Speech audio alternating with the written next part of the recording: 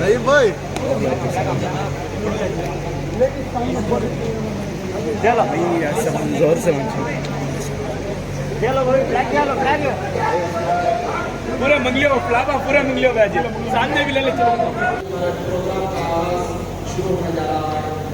तो मैं आए हुए social democratic party of India के तमाम नेशनल लीडर्स और स्टेट लीडर्स और आप तमाम लोगों का वेलकम करने के लिए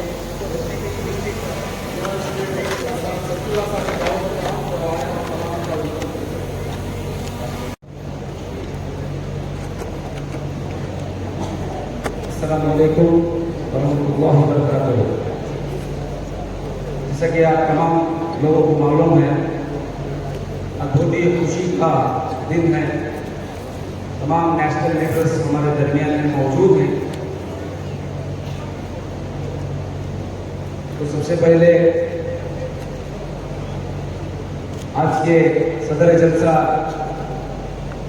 हमारे डिस्ट्रिक्ट प्रेसिडेंट जनाब रफत खान साहब का मैं तहे दिल से इस्तकबाल करता हूँ। इसी के साथ national president social democratic party of India के जनाब M.K. फौजी साहब का मैं तहे दिल से इस्तकबाल करता हूँ।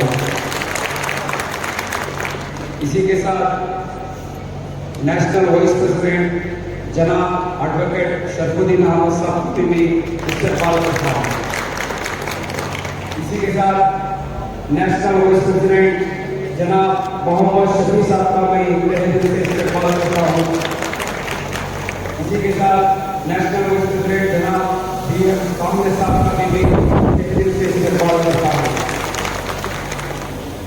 इसी के साथ national general secretary Ilyas Mohammad Tulbe साहब का भी तहे दिल से इस्तकबाल करता हूँ। इसी के साथ नेशनल जनरल सेक्रेटरी अब्दुल मजीद फैजी साहब का भी तहे दिल से इस्तकबाल करता हूँ।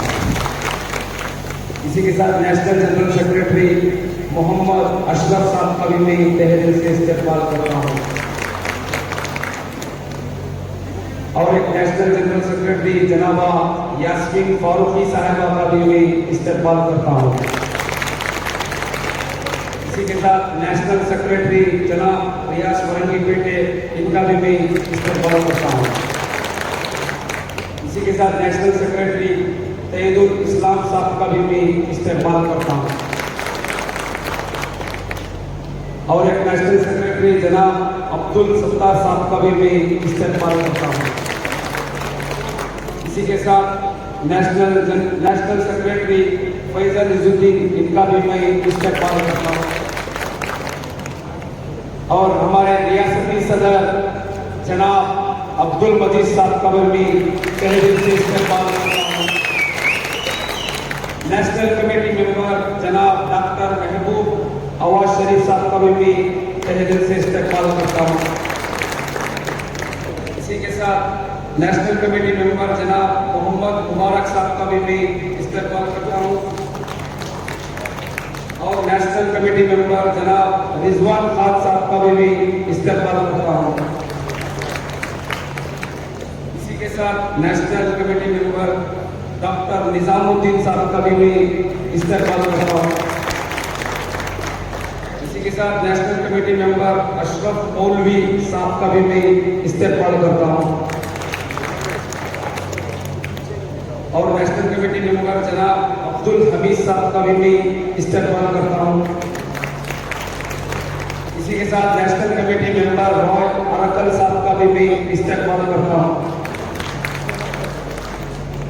इसी के साथ नेशनल कमेटी मेंबर जनाब अशोक यादव साहब का भी मैं इस्तकबाल करता हूँ।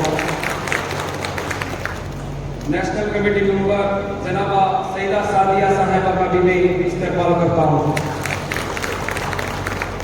इसी के साथ national committee member Mohammad Farooq sahab का भी मैं इस्तकबाल करता हूँ। फिर एक नेशनल कमेटी मेंबर जनाब C.P. अब्दुल लतीफ साहब का भी मैं इस्तेमाल करता हूँ। National committee member Umar Farooq sahab का भी मैं इस्तेमाल करता हूँ। और एक नेशनल कमेटी मेंबर जनाब जहीर अब्बास साहब का भी मैं तहे दिल से इस्तेमाल करता हूँ। और नेशनल कमेटी मेंबर मुईनुद्दीन जनाब, इनका भी मैं इस्तेमाल करता हूँ। और एक नेशनल कमेटी मेंबर जनाब अशफाक हुसैन साहब, इनका भी मैं तहे दिल से इस्तेमाल करता हूँ। इसी के साथ national committee member advocate Vidyaraj Mangaliya, इनका भी मैं इस्तेमाल करता हूँ। इसी के साथ नेशनल कमेटी मेंबर जनाब डॉक्टर मुमताज कुरैशी साहब का भी मैं इस्तेमाल करता हूँ। इसी के साथ और एक national committee member Azhar Tamboli, इनका भी मैं इस्तेमाल करता हूँ। और नेशनल कमेटी मेंबर यास्मीन इस्लाम साहिबा, इनका भी मैं इस्तेमाल करता हूँ। इसी के साथ और एक नेशनल कमेटी मेंबर जनाब अफशाना अजीज, इनका भी मैं इस्तेमाल करता हूँ। शुक्रिया। अस्सलाम वालेकुम। और इसी के साथ हमारे स्टेट वाइस प्रेसिडेंट जनाब देवनूर पुट्टन साहब का भी मैं इस्तेमाल करता हूँ। इसी के साथ हमारे एसडब्ल्यूसी मेंबर जनाब नूरुद्दीन फारूकी साहब का भी इस्तेमाल करता हूँ।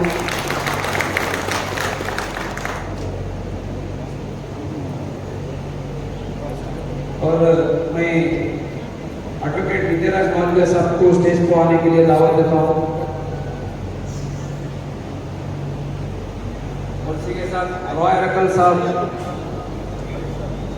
रिजवान खान साहब भी स्टेज पर तशरीफ लाए। हमारे मध्य प्रदेश के प्रेसिडेंट जनाब मालवीय साहब भी स्टेज पर आना है।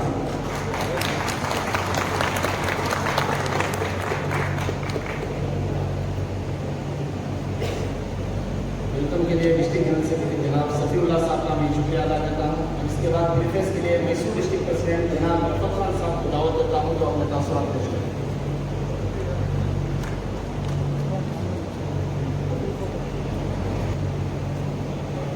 स्टेज पे तशरीफ फरमा नेशनल प्रेसिडेंट मोहतरम जनाब फैजी साहब, नेशनल वाइस प्रेसिडेंट मोहतरम जनाब शाफी साहब, नेशनल वाइस प्रेसिडेंट मोहतरम जनाब कामरे साहब, नेशनल जनरल सेक्रेटरी मोहतरम जनाब इम्तियाज दुबे साहब, रियासती सदर मोहतरम जनाब अब्दुल मजीद साहब, और स्टेज से तशरीफ फरमा हमारे सारे नेशनल लीडर्स और हमारे भाइयों बुजुर्गों, मेरी माँ और बहनों, अस्सलाम वालेकुम,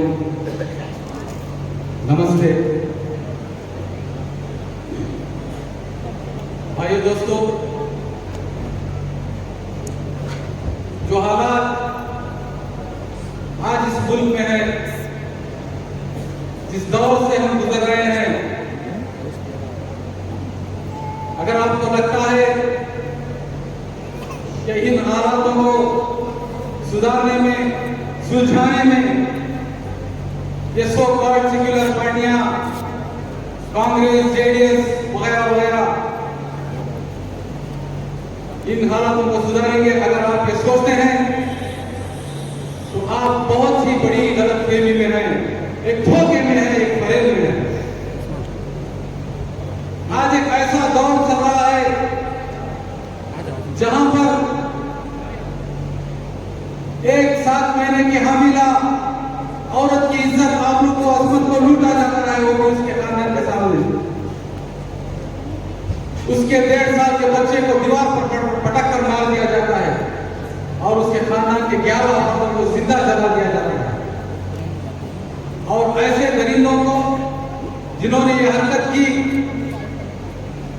जिन्होंने इंसानियत का सर झुका दिया और हिंदुस्तान के दामन में एक बदनुमा दाग लगा दिया, ऐसे लोगों को जो जेल की सजा काट रहे थे, उन्हें रिहा कर दिया जाता है और कहा जाता है कि ये संस्कारी ब्राह्मण है।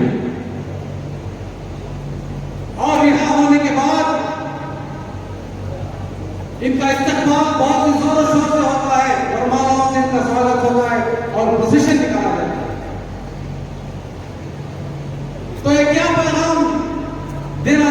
के हुक्मरान ये सब कुछ ऐसे हरकतों को नॉर्मलाइज करके रहे, चाहे किसी की मामूली चीज हो, किसी की इज्जत लूटी जाए, किसी का कारोबार लूटा जाए, किसी के घरों में बुलडोजर चलाया जाए, एवरीथिंग इज नॉर्मल, ये आम बात है। ऐसे नैरेटिव को स्प्रेड कर दिया है और आम आवाम भी, इंसान भी, हम आप भी इसे मान कर चल रहे हैं। कोई आवाज नहीं उठाने वाला नहीं, कोई मुखालिफत करने वाला नहीं है, सबको अपनी अपनी फिक्र है। और जो पार्टियों को हमने इख्तियार पर बिठाया, जो 5 साल में एक बार आकर हमें बहला फुसलाकर, हथेलियों में चांद दिखाकर हमारा कीमती वोट लेकर इख्तियार में बैठ जाते हैं, जब हमारे ऊपर ऐसे हालात गुजरते हैं, कहां रहते हैं ये आपको बहुत ही संजीदगी के साथ सोचना है, गौर फिक्र इसके बारे में करनी है। ये एक तरफा हुआ जो मजहबी इंतशार नफरत की लहर दौड़ाना, और दूसरी तरफ इनके कैपिटलिस्ट दोस्त मुल्क की दौलत को नोच कर, गिद्ध की तरह नोच कर, दीमक की तरह चाट कर मुल्क की दौलत को लूट रहे हैं।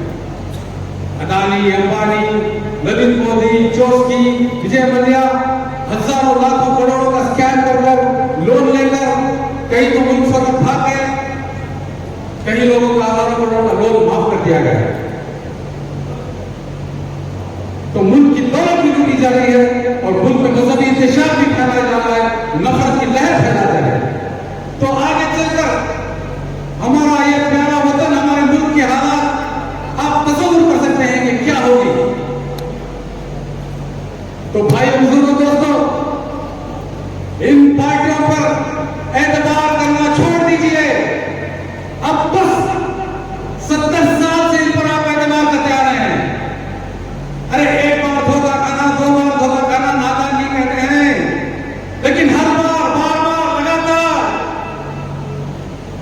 धोखे खाने को नादानी नहीं, बेवकूफी कहते हैं।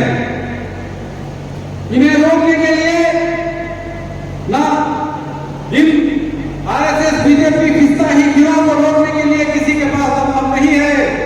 कोई कांग्रेस, जेडीएस, सपा, बसपा कोई नहीं आएगा। अगर आज इन नफरत की लहर, मजहबी इंतशार और मुल्क के हालात को सुधारने के लिए कोई पार्टी है तो social democratic party of India है।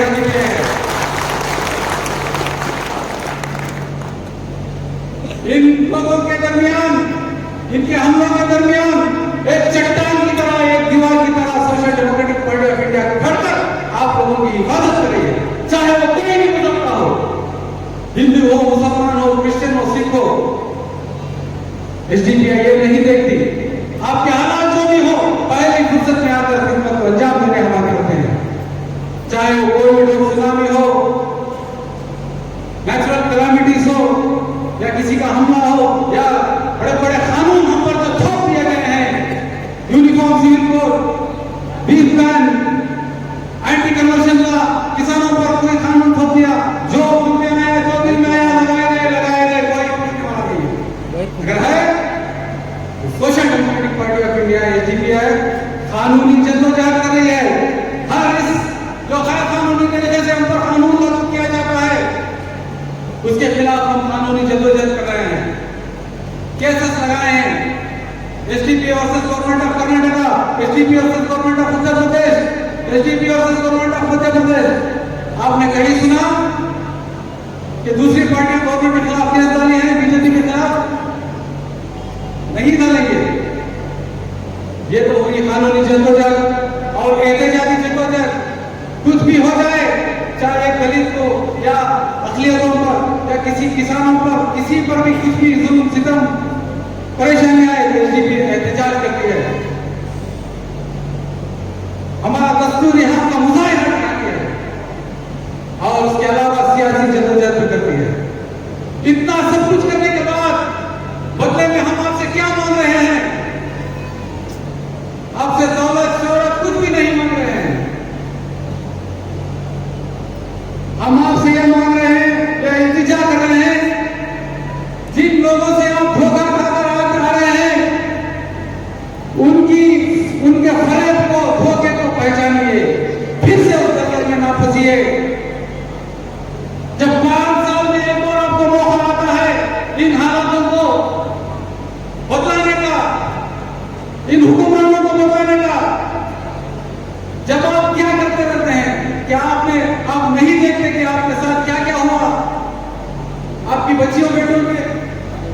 हिजाब को उतारा गया, बेहुरमती की गई,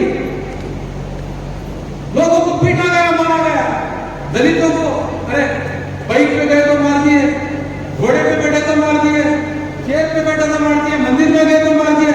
ये भी कोई इंसानियत है? एसडी कोटे के पास एक मंदिर के सामने दो दलित नौजवान बाइक पर जा रहे थे, सिर्फ यही इनकी गलती थी, उन्हें पीट पीट कर मार दिया गया। तो भाइयों बुजुर्गों दोस्तों, एसडीपीआई के जो खिदमतों को आप पहचानिए, एसडीपीआई के मकसद को पहचानिए। यहाँ पर जो तशरीफ फरमा जिम्मेदार अवाम है, हिंदुस्तान के हर कोने से यहाँ पर आए हैं। क्यों? क्या जरूरत है इन्हें यहाँ पर आने की? इन्हें इस मुल्क की और इस मुल्क के बाशिंदों की फिक्र है।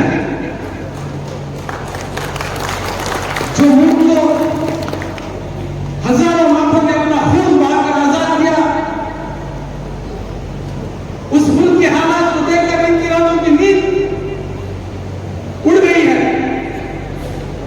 ये अपना कारोबार, घरदार, खानदान, बच्चे, बीवी सब कुछ छोड़कर हिंदुस्तान का चप्पा चप्पा घूम रहे हैं ताकि यहाँ के हालात सुधरे। इससे इनको कुछ मिल रहा है क्या? क्या कोई कमाई मिल रही है, कोई दौलत मिल रही है? हाँ, अगर दूसरी पार्टियों वाले घूमेंगे तो उनका अलग ही मकसद होगा। लाखों करोड़ों का स्कैम करते हैं, कमीशन लेते हैं। कल उनके हालात क्या थे, आज उनके हालात क्या है? आप देखिए लीडरों के, कांग्रेस, बीजेपी, जेडीएस वगैरह के। कल कुछ नहीं था, आज करोड़पति बन गए, हेलीकॉप्टर में घूम रहे हैं। और हमारे लीडरों की कुर्बानी देखिए, इनकी तकवा, बरसदारी, इसको पहचानिए। मैं कह रहा था 5 साल में आपको एक बार मौका आता है, इस मौके को नहीं गवाइए, नहीं गवाइएगा इस मौके को। ये मौका आपको हिंदुस्तान के दस्तूर ने दिया है, कॉन्स्टिट्यूशन ने दिया है, जो बाबा साहेब अम्बेडकर ने जो हमें ब्रह्मास्त्र दिया है, जो ताकत दी है, उसे पहचानिए। भाई बुजुर्गों दोस्तों, वोट की ताकत को पहचानिए।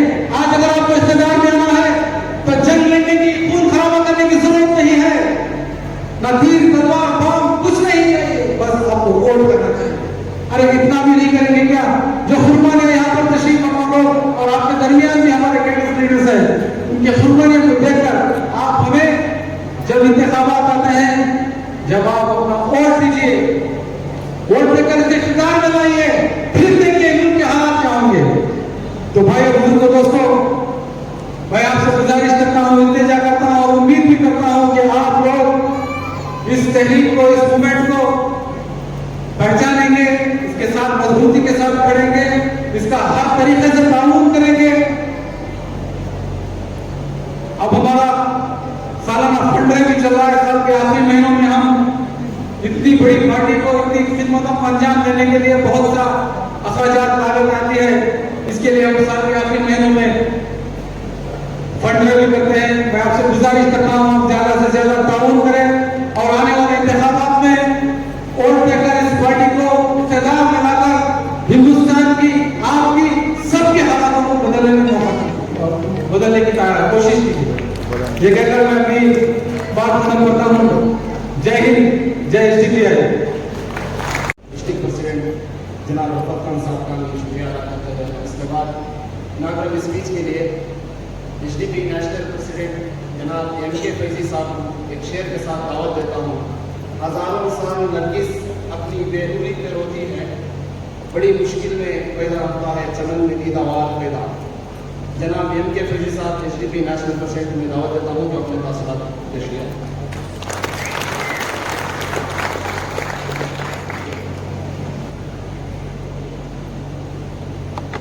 सभी को आदाब, अस्सलामु अलैकुम वरहमतुल्लाहि वबरकातुहू। Social democratic party of India की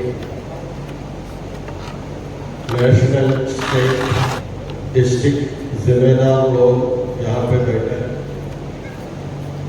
मेरे सामने बैठे हुए हमारे पार्टी केडर, वेलविशर, सभी भाई और बहनों, भाइयों, डिस्ट्रिक्ट कमेटी की तरफ से हमारे नेशनल लीडर्स को बहुत अच्छे अंदाज से आप लोग एक इस्तिकबाल प्रोग्राम किया है। ये प्रोग्राम हमारे नेशनल टीम को आगे जाने के लिए बहुत अच्छा हौसला आप लोगों ने दिलाया है, इसलिए मैं आप सभी को मैं सबसे पहले शुक्रिया अदा करता हूं। आज के जमाने में social democratic party of India की मेंबर होना बहुत फख्र की बात है। मतलब हम सबको फख्र होना चाहिए। मैं एसडीपीआई का एक मेंबर हूं, मैं एसडीपीआई का एक कैडर हूं, इसलिए फख्र होना चाहिए। आज के जमाने में सभी लोग अपने मुंह को जिप लगाया है। उससे पहले बड़े बड़े बात करने वाला लोग अभी चुप करके बैठा है। हमारे देश सिचुएशन बहुत खराब चल रही, बहुत खराब है सिचुएशन, क्योंकि पूरे देश में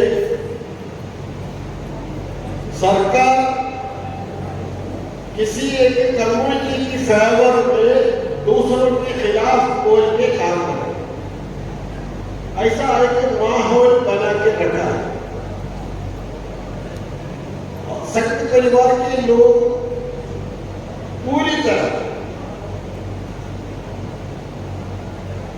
हेट स्पीच करके मुसलमानों को दबा के मुसलमान सुनने में, मुसलमान को देखने में एक भय पैदा करने की कोशिश किया है। वो तकरीबन हमारे देश में सक्सेस हो रहा है।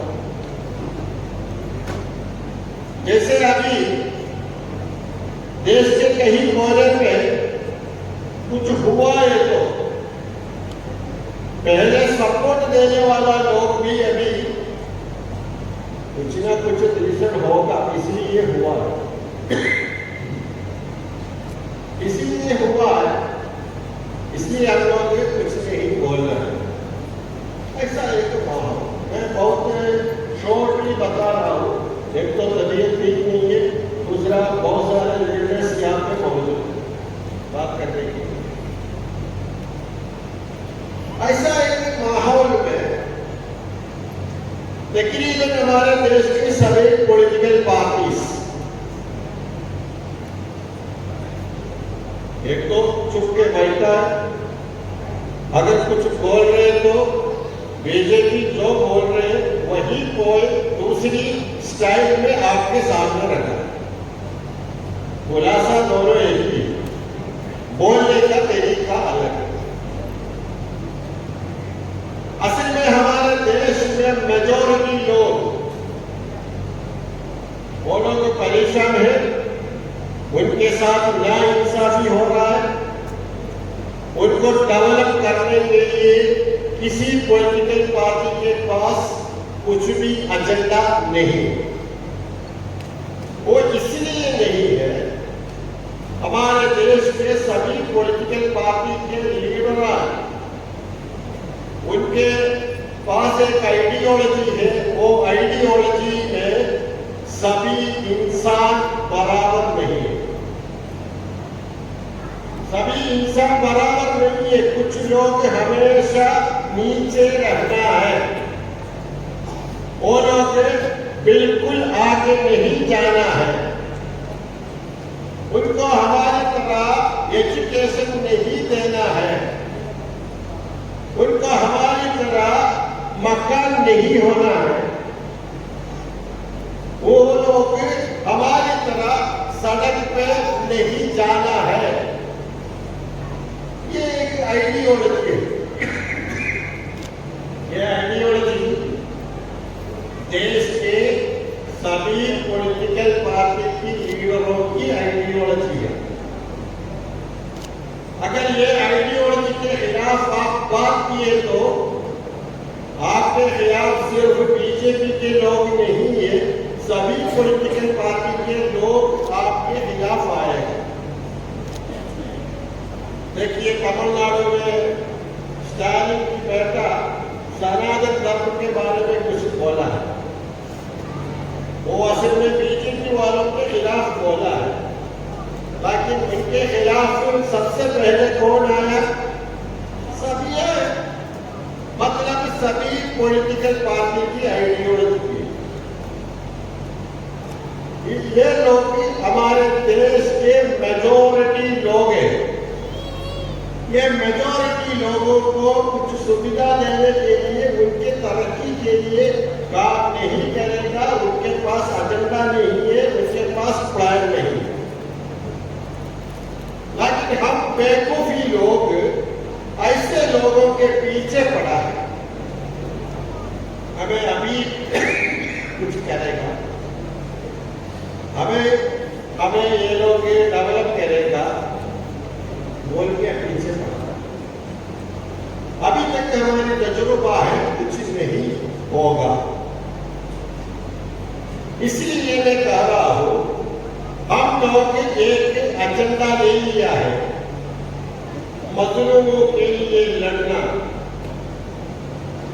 सारे मजलूमों को इंसाफ दिलाना,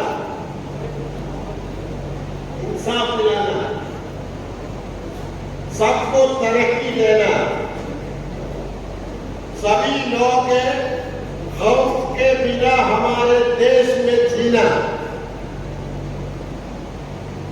इसके लिए हम लोग हमारे देश में काम करें। हम लोग एक छोटी पार्टी नहीं है, ये सबसे पहले आप लोग को समझना चाहिए। हम लोग एक छोटी पॉलिटिकल पार्टी नहीं है, क्योंकि हम लोग सिर्फ इलेक्ट्रल पॉलिटिक्स में थोड़ा पीछे, इलेक्ट्रल पॉलिटिक्स में थोड़ा पीछे, वो मानना है, वो नहीं माने तो आगे नहीं जाएगा, वो मान के सही करके आगे जाना है। लेकिन बाकी सारे फील्ड में हम लोग देश के सबसे बड़ा पॉलिटिकल पार्टी के 2-3 पार्टी में एक पार्टी है। अभी 2-3 महीने के अंदर देश में कुछ इशू हुआ है। एक मणिपुर में एक इशू हुआ, क्रिश्चियन कम्युनिटी को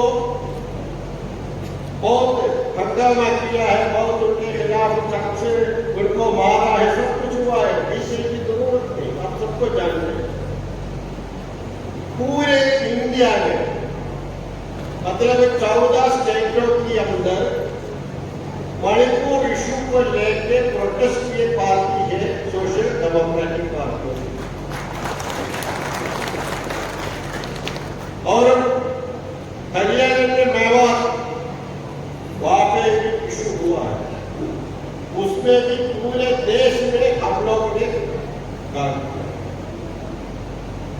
फलस्तीन में जो इशू हुआ है, सारे जगह पे देश में सिर्फ एक ही पॉलिटिकल पार्टी है, एसडीपीआई फलस्तीन वालों के लिए आवाज उठाया, प्रोटेस्ट किया। पूरे नेशनल इंटरनेशनल मीडिया में यह बात है। मतलब आप लोग ये मत सोचो हम लोग एक छोटी पॉलिटिकल पार्टी में काम कर रहे हैं, ऐसा नहीं। आप लोग इंडिया के सबसे बड़ा पॉलिटिकल पार्टी में काम कर रहे हैं। और हमारे पार्टी की खुसूसियत ये भी है, ये पार्टी पहले किसी बड़े लीडर ने ही बनाया, हमारे जमाने में हम लोग बनाया है ना।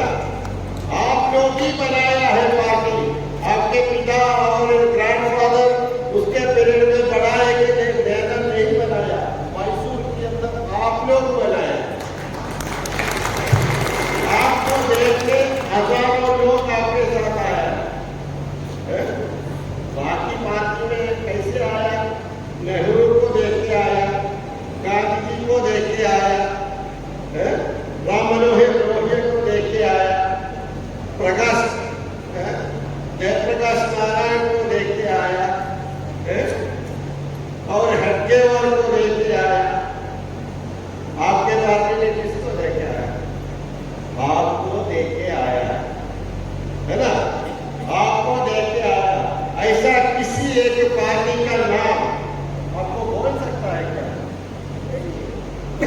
हम लोग बनाया, हमें देख के हजारों लोग हमें सपोर्ट कर रहे हैं। हमारे एक इशारे पे पूरे इंडिया में लोग सड़क पे उतर रहे हैं। इसलिए मैं कह रहा हूँ ये छोटी पार्टी नहीं है, बड़े पार्टी है, और हमारे पास सब कुछ है, लेकिन हमें बहुत काम करने का भी, क्योंकि हमारे देश एक एक दिन बहुत क्रूशियल सिचुएशन में जा रहे हैं।